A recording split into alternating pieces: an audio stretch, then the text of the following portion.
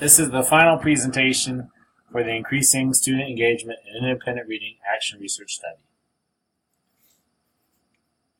So when considering a hook or an introduction for this lesson, the example of LeBron James comes to mind again. Because when you think about LeBron James, who is one of, if not the best basketball player to ever play the game, you have to think of how did he reach that level. Now, did he reach that level by reading lots of books about basketball, by learning everything he could about it, by memorizing plays, by learning all the different genres of players and coaches and approaches? Basically, is he so good at basketball because he knows a lot about it? No. The short answer is he's good at basketball because he's played a lot of basketball. The reason he's gotten better is because he's put the time in to practice, to study game tapes, to play games, and more practice. He got better at basketball by playing basketball. Same goes for reading. You can't get better at reading by learning about reading or learning about reading comprehension strategies or learning about genres or all those different things. And those are important pieces of the puzzle, but a person can't get better at reading if they don't read. So that begs the question for this research project is how can we get kids to read? And reading is a difficult thing because there's this loop of this like self-informing loop where students will learn how to read and then that reading becomes difficult. So then they engage in reading less. And when they engage in less reading, then reading grows even more difficult, which then causes them to engage in even less reading. And it just doesn't do anything to help them. So how can teachers break that cycle?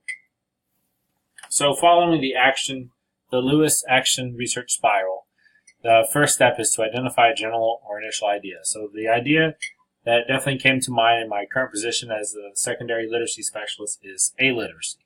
So it's not the inability to read, but the lack of desire or motivation to read. So maybe the texts are accessible, maybe the stories are really novel and exciting, but the kids don't want to do it. So how can we increase that desire and motivation, or put it in a question, how can engagement in independent reading be increased at the middle school level? So after that, then the next step is to do reconnaissance or your fact finding. And this is done, of course, with the literature review. So the goal of the literature review was, one, to learn just some general observations about what does increase student engagement with independent reading, but also to really gather specific strategies that could be implemented in various classrooms to see if they are truly effective in increasing that engagement. So the strategies identified in each of the articles are as follows: the teacher-created reading culture, the family-led independent reading, technology-based reading program, enrichment model, reading accountability measures, and the auditory enhanced reading model. So essentially, just to kind of summarize each of the strategies, and these are strategies that were then implemented in the action research study. The first one is the teacher-created reading culture. So this is, as it says in its name, a very teacher-focused reading model, where they are the role model for the students. So the teacher is going to be talking about reading, talking about what they are reading. They're going to read to their students. They're going to share books that are exciting, authors that are exciting and interesting, and really reframe independent reading as not just a segment of the ELA block, but as just the regular day-to-day practice of a reading culture. So much in the same way a principal or administrator sets the tone and culture of a school, the teacher is going to set the tone and culture of the classroom to be one of reading, where reading is just the everyday daily practice. So it's not something separate. It's not a different piece. It's just part of what we do every single day. The other approach is put the onus more on the family. That's the family-led independent reading. So in this study, the researchers used Tune-Out Tuesdays, which is where families wouldn't watch TV one night out of the week, which isn't really as applicable nowadays. It'd have to be something more like no tablets, no devices, no smartphones, no Wi-Fi, Wednesdays or something. But basically, the teacher has the parents sends home information to the parents to spend one night a week unplugged from everything. And then the parents are provided with literacy-based activities that they can engage with their kids.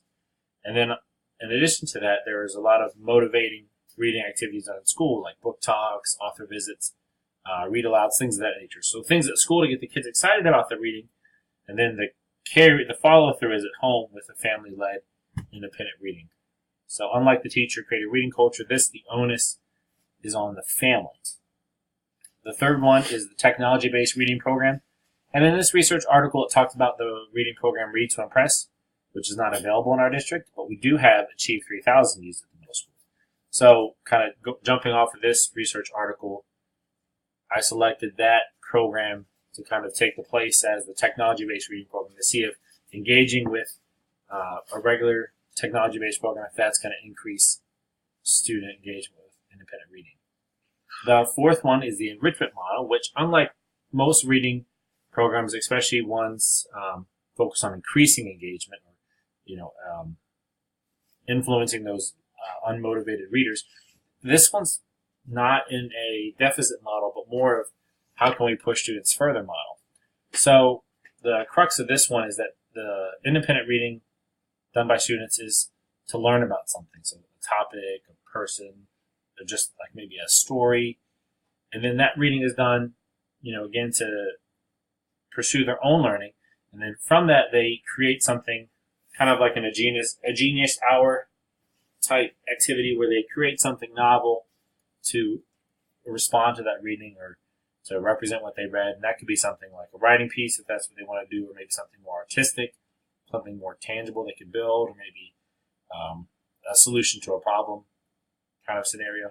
So this one is more of the program you might see in a gifted and talented program, but it's pushed out to all of the kids, giving all the kids a chance to do enrichment type activities versus remediation, which is more the focus of education.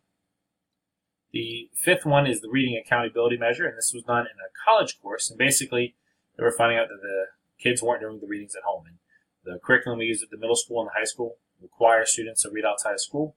So, the focus to increase independent reading can be done, independent reading in school or even outside of school too.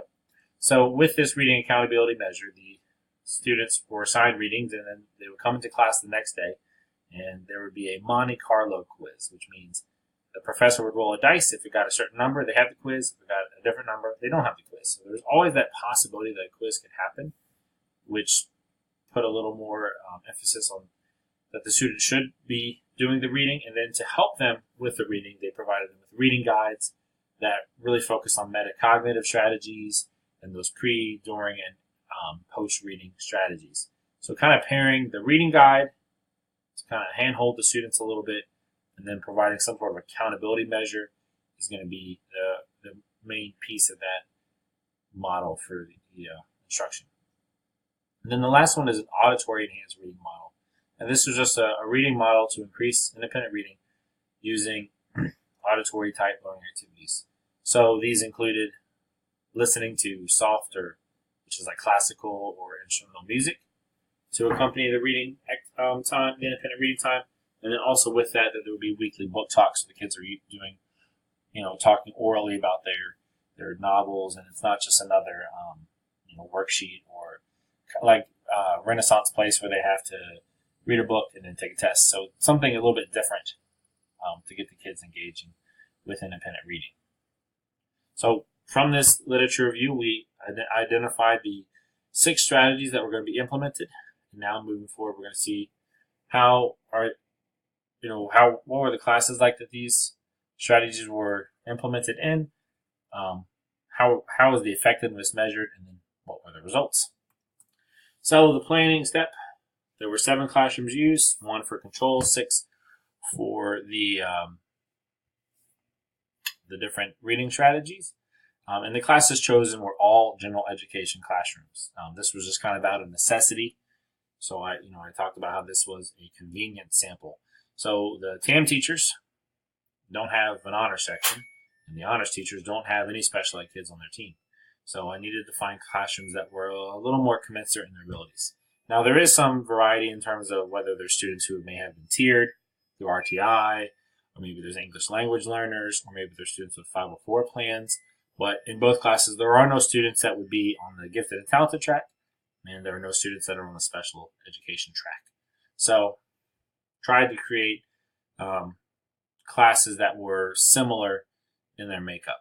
So each class then was randomly assigned a instructional strategy, and they didn't know what each other had because I didn't want the scenario to happen to be, where they are given the 6 strategies and they kind of all choose the one they really like, and then maybe 2 teachers really like this one, and I assign it to the one, and then the other doesn't get it, so then they're less motivated to implement anything else. I wanted this to be random so that the teachers are implementing something and aren't really comparing it with what else is going on. I want them to be fully engaged with the strategy that they were implementing. And then to review the effectiveness of the instructional strategies, 2 observation tools were used. And I used observation tools so that I wasn't adding another piece for the students to complete. They're pieces that were both pretty quick for the teacher to do. And one, the reading engagement index, could be used more as like a pre and post test because it focused on more global type reading behaviors. As you can see, often reads independently, works hard, uses comprehension strategies, enjoys discussing books. So those are more global, overarching reading behaviors. And then the final observation tool is something quick that can be used during the independent reading time, where the more specific behaviors related to reading can be evaluated. So book position is conducive to reading, student is distracted, student intentionally moves back or forward pages in a book. So seeing the specific behaviors related to reading. So those are the 2 tools used, and both of them utilize a Likert scale, which measures the spectrum with which the student corresponds with that different piece. So obviously the first steps were to give all the students a reading engagement index to kind of set the baseline, and then implement the strategies. And this looks different for each classroom. In the control group, they were just doing the core curriculum as usual. In the teacher created reading culture, the teacher was introducing books that she had read and kind of really setting that standard. In the family-led one, they're sending home information that parents can be using. In the technology-based, they're kind of using Achieve 3000 as a whole group. So lots of different looks for implementing the strategies. So after they were implemented, that was the first step. They then need to be evaluated. So over the next 6 weeks, teachers, gave the reading engagement index, and then each day did the final observation tool, and then ended with a reading engagement index. So you can see the control group grew on the reading engagement index, but lost on the final observation tool. And then you can see each class, each of the strategies did produce growth. You can see some, like the teacher created reading culture, produced the most, whereas the auditory enhanced reading model, the growth was decent. Same thing with the technology-based and the family-led independent reading. Those were kind of decent, but the reading accountability measure, the enrichment model, those produced definite good results, but that teacher created reading culture obviously produced the best. So kind of looking at the results, you think the teacher created one was the best because it really made reading a daily practice. The family-led, you're depending on what the family are able to bring to the table. So there's some variability there. The technology-based, it's using the same program every day. Could be tiring.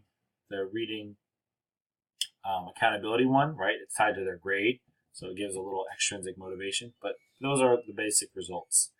So with that, what would be the next step? So obviously we want to know, is teacher-centered reading culture really the best model? It was used with one teacher, but it's a strategy that is decided, its effectiveness is decided by the teacher behind it. So it's going to look different for a really strong teacher and a teacher that's not as strong, or a teacher that's new. So how does it look across all teachers? That sample size was just one class. If we put it with the entire 6th, 8th grade team, and it's with all the teachers in all the types of different settings, in honors classes and gen ed classes and TM classes, how is it going to look? So the next step, of course, would be just to see, is that really the best? Is that really the most effective? And the only way to do that would be to implement it full scale with all the teachers. So that remains to be seen. Thanks.